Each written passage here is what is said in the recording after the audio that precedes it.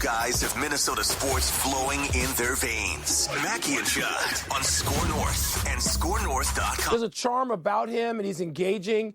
But then at times he just goes too far and does or says stuff where you go, dude, what are you saying? I mean, he's a big man who can shoot, but so are a lot of people now. He wasn't the first. He isn't the only.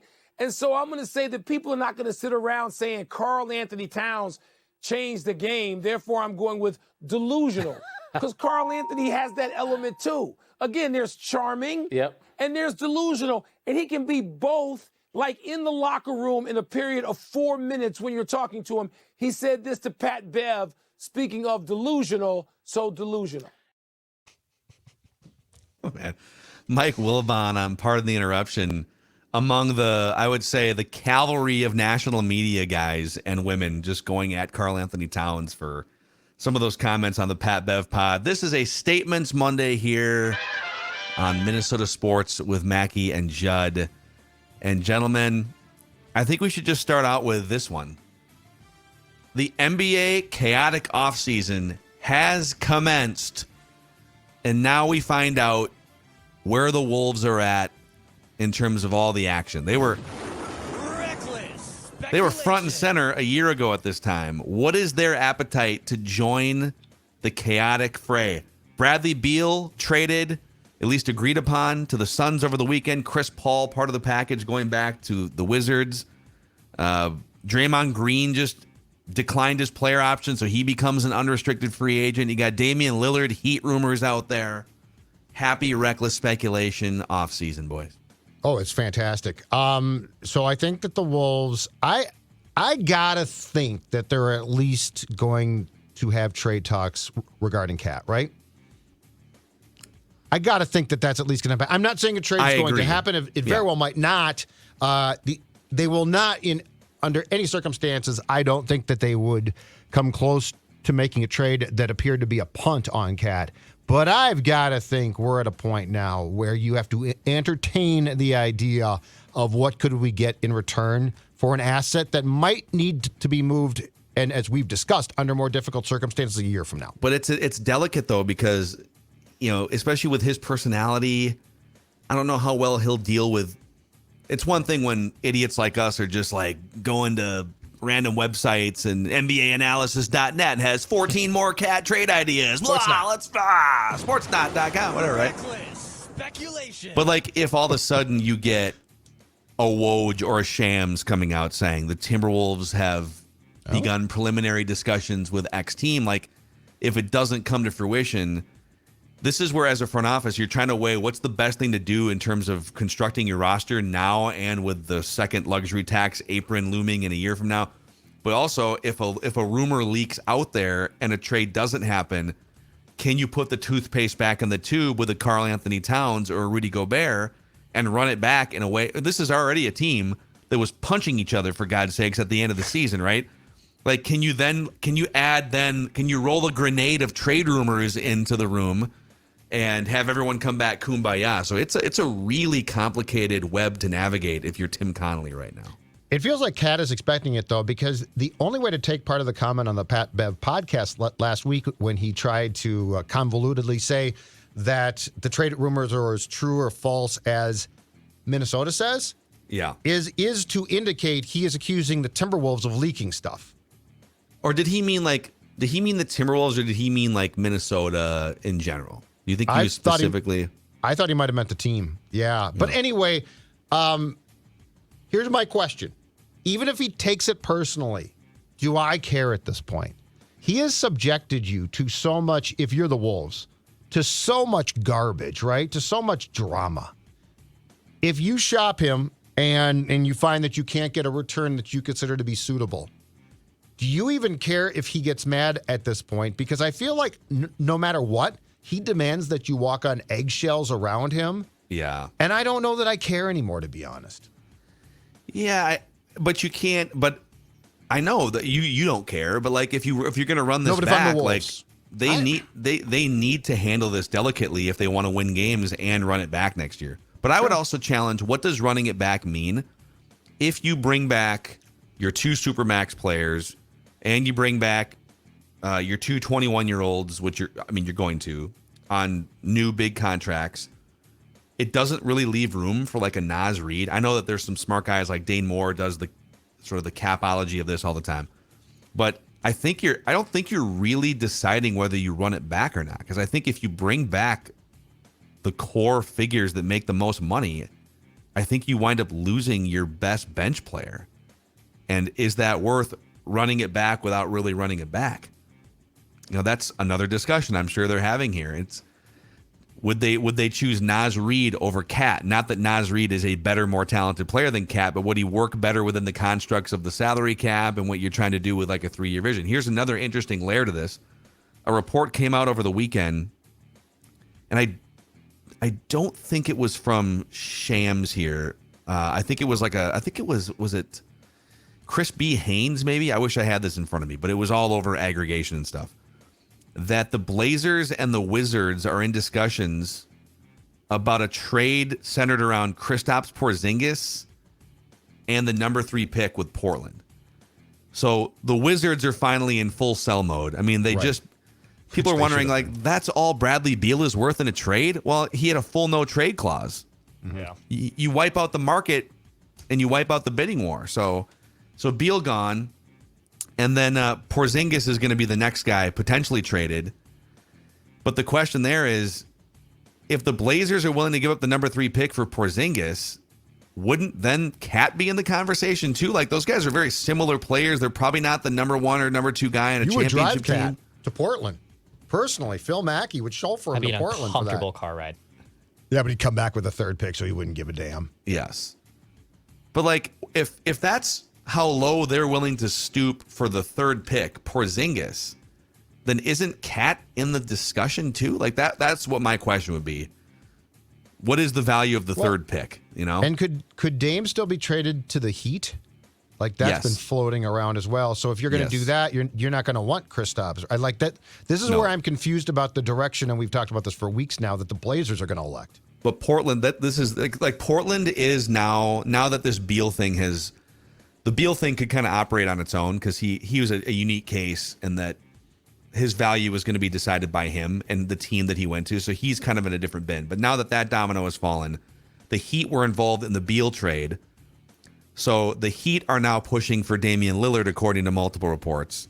The Blazers have to decide maybe in the next couple days here, do they want to push forward with the number 3 pick and whatever they can get for Dame?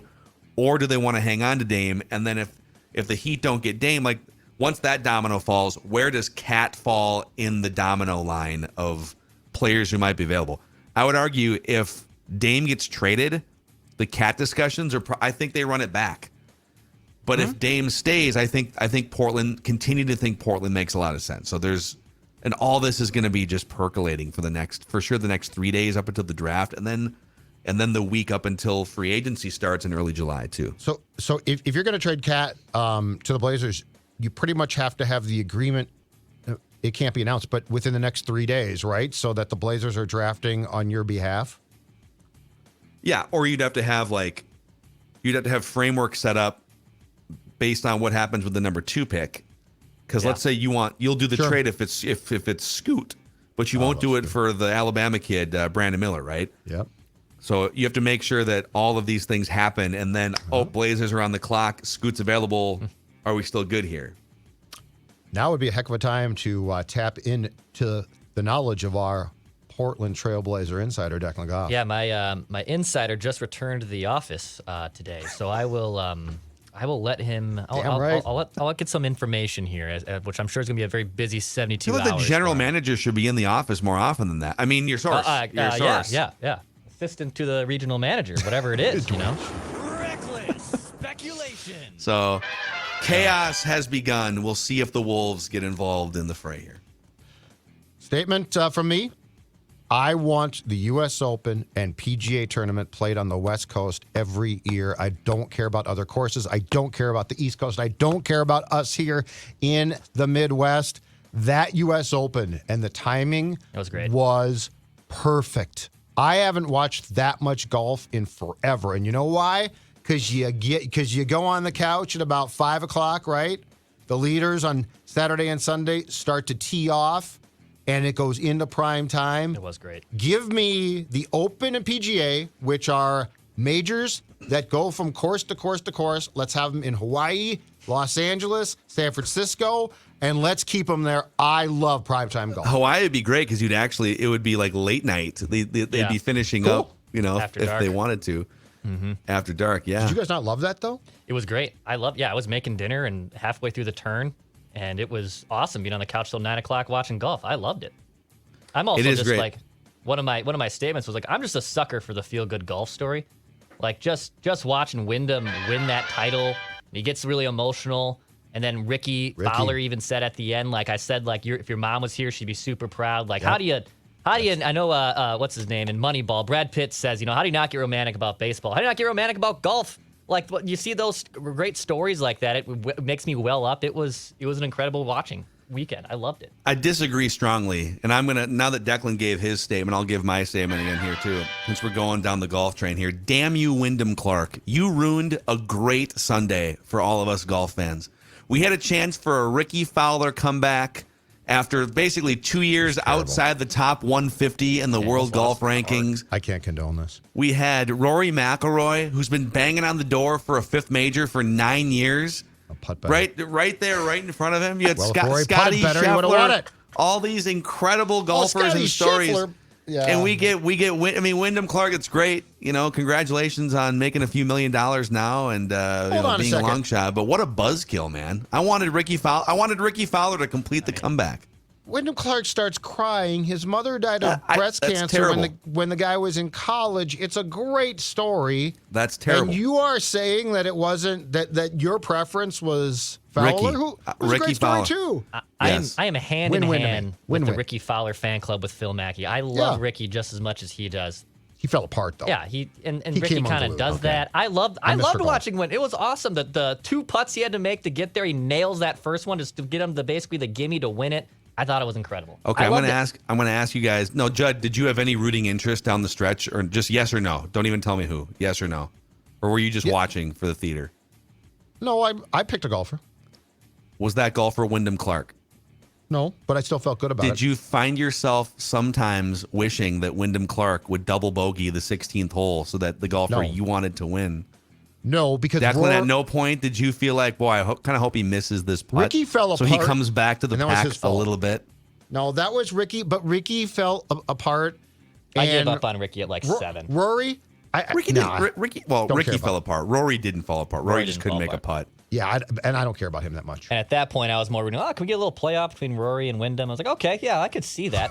But then once he made the first, I was like, okay, yeah, we're good. Knock this in. Let's get a little bit of emotion Golf till here. 11 p.m. Yeah. I found myself, and I get it's a good terrible. story. It's a good story. Like his mom died, whatever. You have no heart. My mom died. Your mom, all of our moms died. It's sad. It is sad.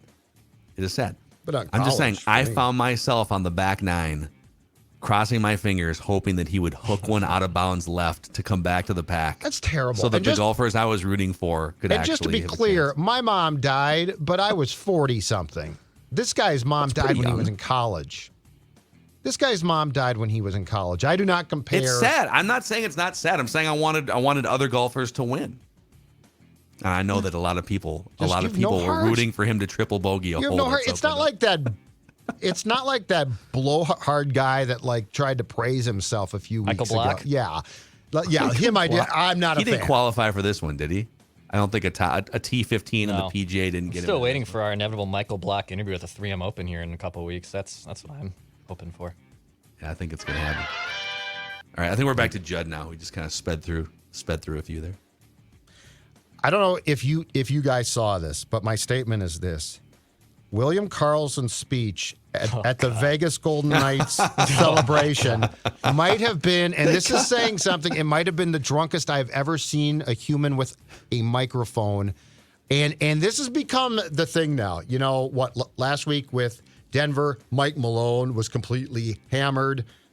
Joker, hammered. When the Blues won the Cup, hammered. Ovechkin doing keg stands on the Stanley Cup until the league actually had to come and say, you can't, you're going to break the damn thing. But William Karlsson's speech, at which I'm guessing it was a Golden Knights PR person or something, she is desperately trying to take the mic away and saying, "You're done now," might have been the greatest, most drunken bit of debauchery I've ever seen at a parade. They did cut the mic at one point, or they cut the speakers, right? And he recognized it, so he stopped talking until they put it back on, and then he kept going. But it is glorious. He's got his shirt off. He's all lathered up. Were they sweating because it's summer in Vegas? Is that what was happening? They were all just like glistening. It was probably champagne. And beer being poured on them, because Eichel took his shirt off. William Karlsson did the same, like a bunch of guys did. But I mean, we've been trending for the last 5 years or so, 5-6 years, to where more and more teams are just loaded. And this might have been the crescendo of being so drunk you have no idea what you're saying. I think about the TV producers in those moments, because these are televised live on like local TV in Vegas and in Denver for their parade. The dump button. What do you do? I guess you just carry it and you just hit the dump button a million times. If it's on delay, if it's on delay, you just keep dumping them. I would guess. Yeah, that was pretty epic, man. Maybe someday the Wild can. Yeah, we have no idea what that's like. Get drunk on live local TV on a championship parade. All right, Dex. All right, my next statement. I'm actually going to go back to this Tim Connelly well, an NBA draft well, and my statement is: don't sleep on Tim Connelly finding a late round sleeper. Let me give you a little bit of a track record here, what Tim Connelly has done in the second round of the NBA draft. So we got Jokic, obviously, with the 41st pick.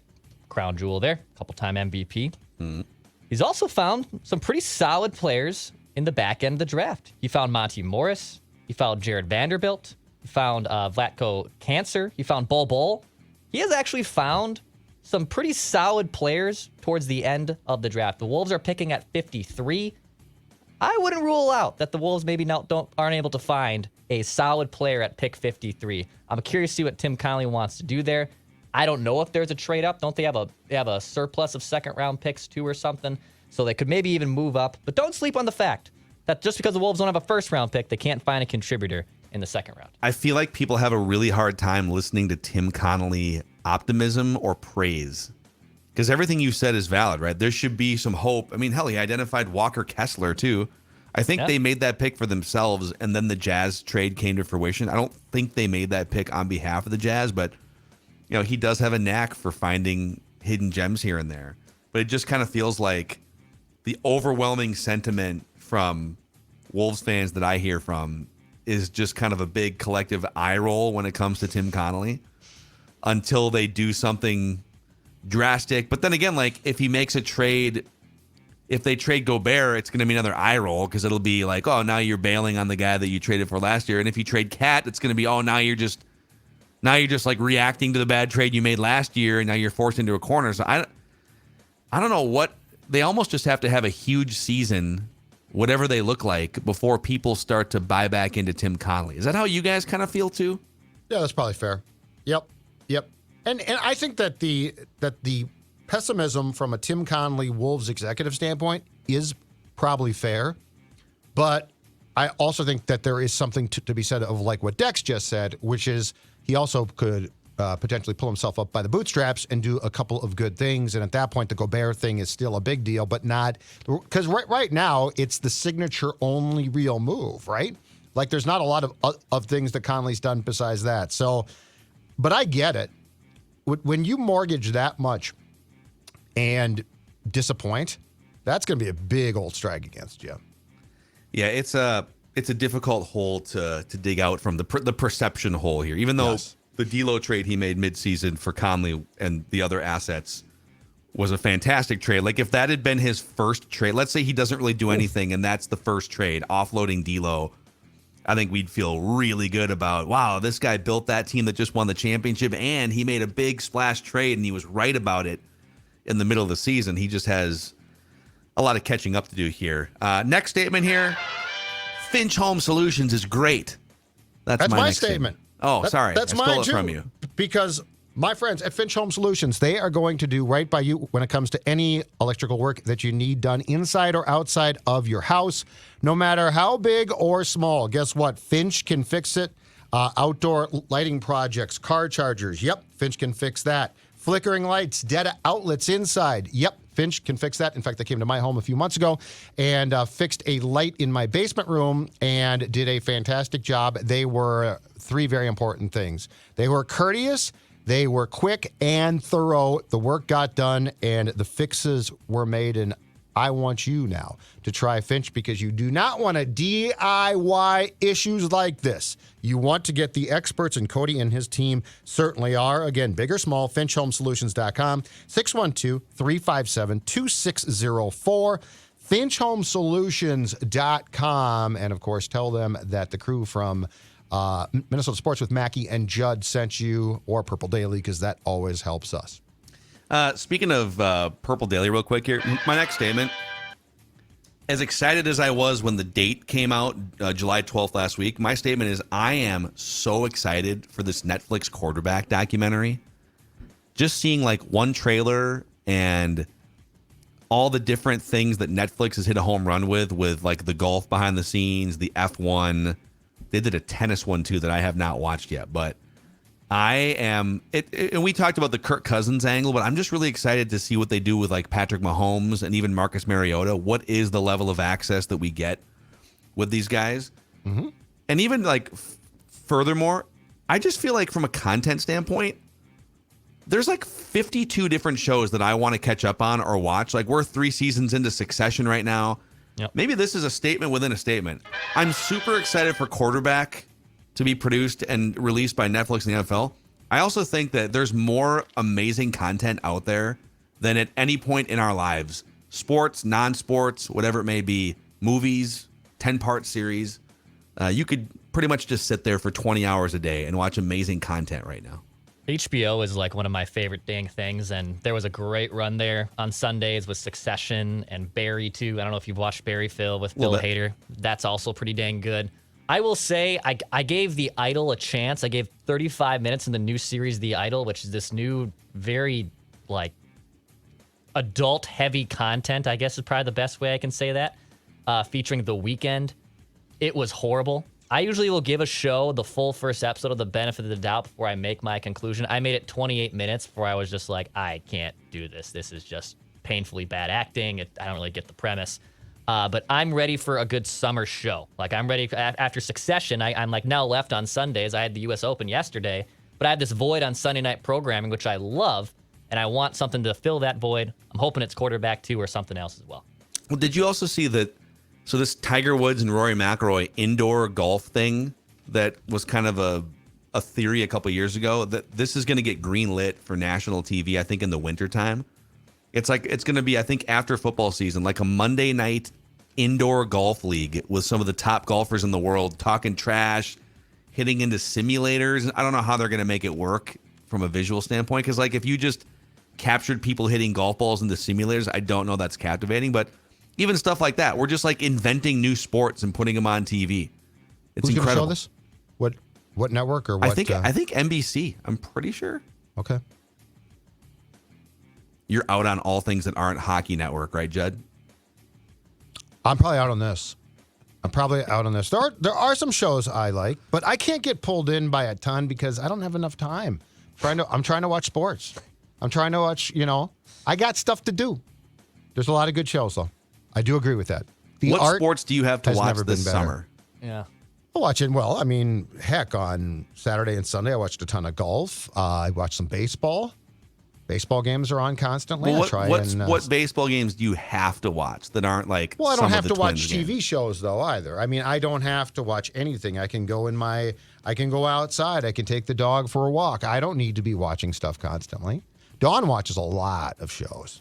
But it sounds like you're more interested in like a random baseball game, non-Twins, than you are like Succession or something. That's kind of where you're at with your TV. Yeah, I'll probably binge that at some point in time, though. I do like the binge factor now. And I also like the fact that we don't try and stretch shows out for 7 seasons. Yeah. I love the fact that there is a begin and end, and that's the plan. Yep. So they're not trying to invent, storylines that they shouldn't, which they always used to do because that's what the networks wanted. I think that's a huge reason why most of the HBO and Netflix and Hulu and Peacock series and Amazon Prime or whatever are better than what you see on the networks, because the networks usually order like 24 episodes in a season. and then they'll stretch the seasons as long as they can. Yeah. And it's like there's no way you're throwing fastballs for that much content. When's Curb coming back? When's Curb back? They've been Declan? teasing it. So like during the Idol, like when they do the preview thing of what's coming on Max. And by the way, it's not HBO anymore. It's just Max, which is also super annoying. I think they said this summer. They didn't give a hard date. They just said coming this summer. So, And this is it again? Now is this the last year? I don't know if it's the last season or not. It's always up to Larry. It's up to him if he wants to continue doing it. Okay. Come on, Larry. Larry. Let's make I it love happen. Larry. Larry's the greatest. Yeah. All right. Any other final statements from you guys? By the way, breaking news: Naz Reid in the Wolves facility today, according to Dane Moore. So I think there's media availability, like pre-draft media, something okay. today. I think they're going to work out too. I think they're hosting draftees at the. Yeah, facility. there's a couple like former, like what's his name? Gabe Kalsher is going to work out there today. Iowa State, former Gopher. Yeah, good old Gabe Kalsher. Yeah, Nas, I saw Chris Hine of the Star Tribune talked to him last week via Zoom, and he was talking about how tight he had gotten now with Ant and was it Jaden McDaniels? And then Jaden talked about how he's like found this new meditation app so that he'll stop punching walls. Oh, Not really? So kidding. he found like headspace.com or something, Yes. and now he's Yeah, like an assistant coach was like, you should try this. And he's like, it's great, yeah. you So I should won't punch walls anymore. meditate and stop being so mad. Hey, if it works, it works. Whatever works. Just Exactly. stop. Whatever stop keeps you on the court and not in the trainer's room. Yes. All right. That's a wrap here on an abbreviated statements here. Minnesota Sports with Mackey and Judd. You can find our State of the Twins weekly, I guess in this case, rant session. And then Kirk Cousins week began this week, or I guess began today on Purple Daily. So be sure to check that out as well. Thank you, guys.